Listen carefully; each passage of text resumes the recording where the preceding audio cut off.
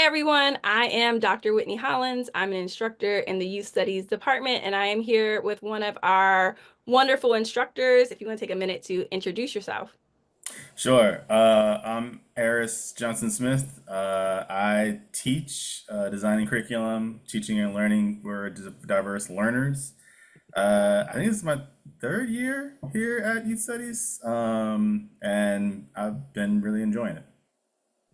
All right, perfect. So I will give some context. I have been to your class a few times. Always find it super inspiring and just gives me a lot of ideas for things I want to do myself.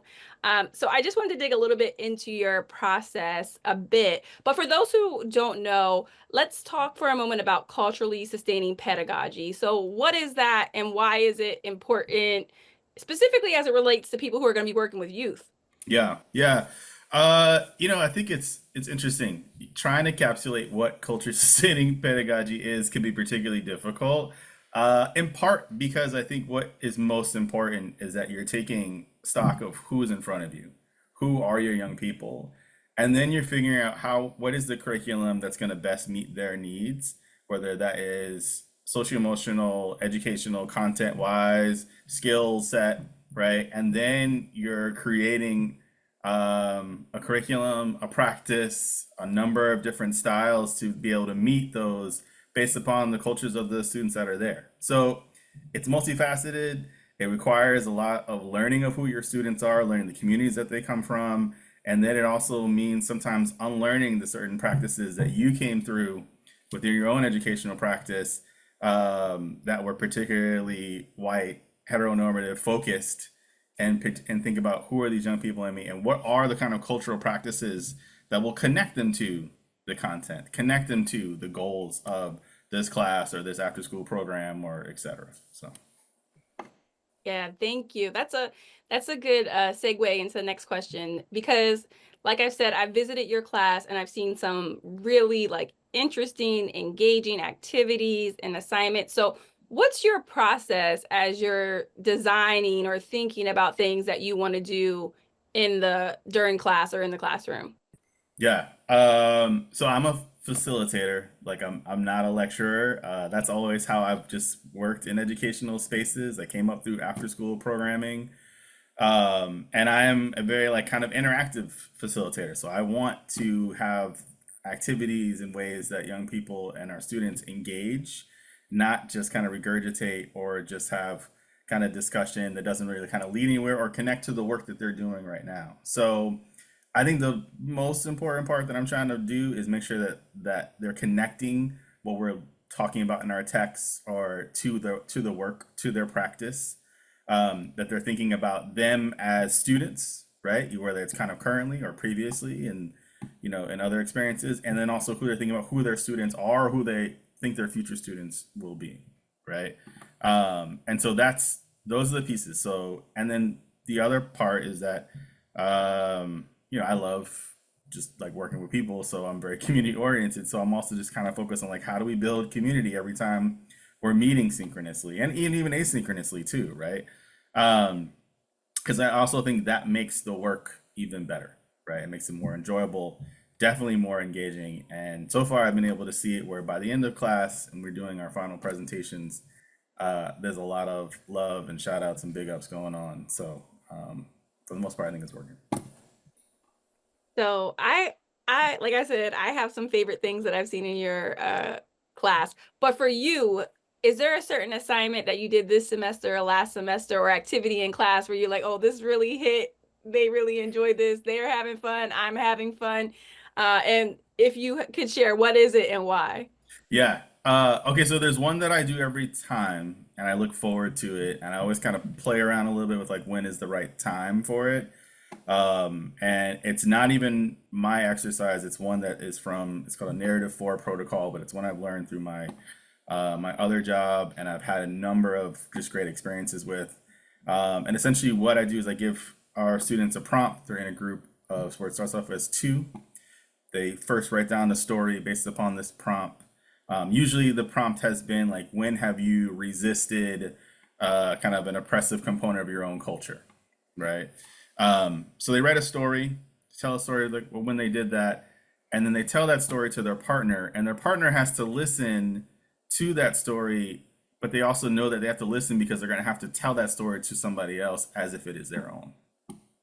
Um, and it's a completely transformative moment where you can see people really take care of people's stories. Um, they really are like to some degree a little stressed. They want to make sure they tell the story right. But what it allows for them to do is A, to find those deep connections that they already have, to also deeper understand who that person is with them. And then when they tell their story, they're in a group of four. So now they're telling their friend's story, but they're also listening to all these other stories. And I have jumped in a number of times in these groups and listen, and people are like, "That is actually my story already," so I can tell that easy, right? Like these, you got start to see, and then you also see people telling stories that are totally different than their own, but doing it so far in a way that again shares so much care and appreciation. And so it's one of my favorite things to do. It aligns with what we often read in the text around this practice of sacred truth spaces. Um, and we have to build to it because we need to have a level of vulnerability that people feel comfortable with. We have to have a level of safety people feel comfortable with. And so I usually do around mid-year, but it's definitely one that I'm always looking forward to. Yeah, that sounds amazing just for community building. And then also making connections and learning. I know that sometimes that can be a challenge for people, especially in an online space. How do we do that in a meaningful and impactful way? So that's a great assignment.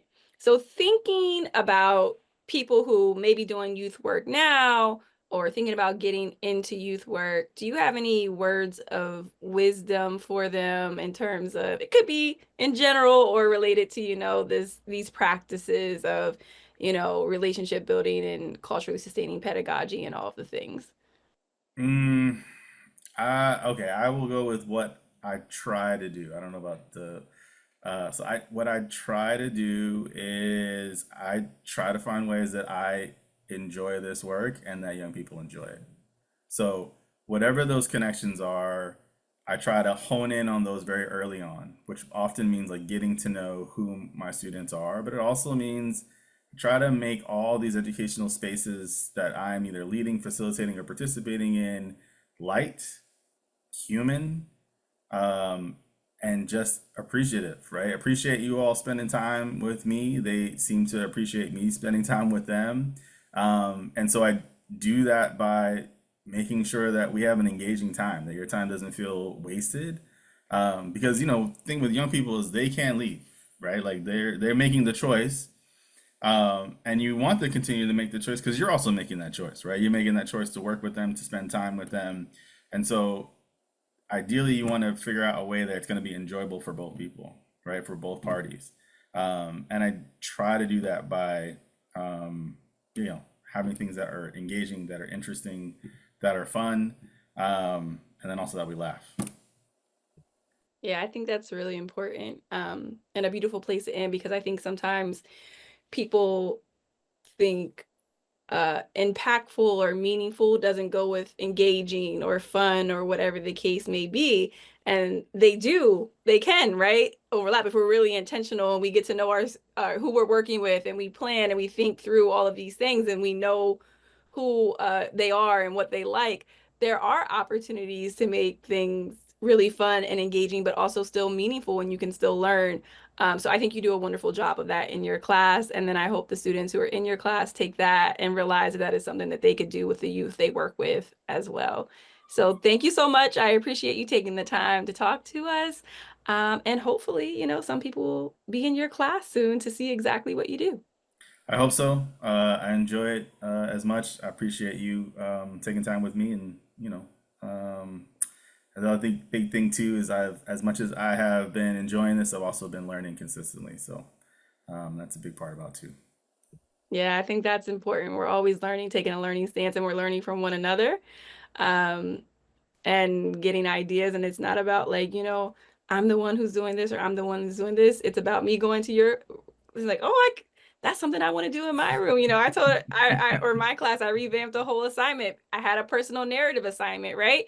But when I saw you doing, making it connected to a song, I was like, oh, I could still do this same assignment, Hmm. but I could include these different modalities or do it in a different way that I think will be really engaging. So yes, that is important, that collaborative piece and that learning stance. But again, thank you so much, like I said, for inspiring me. Thank you so much for talking to me, and I appreciate your time. Thank you. Thank you.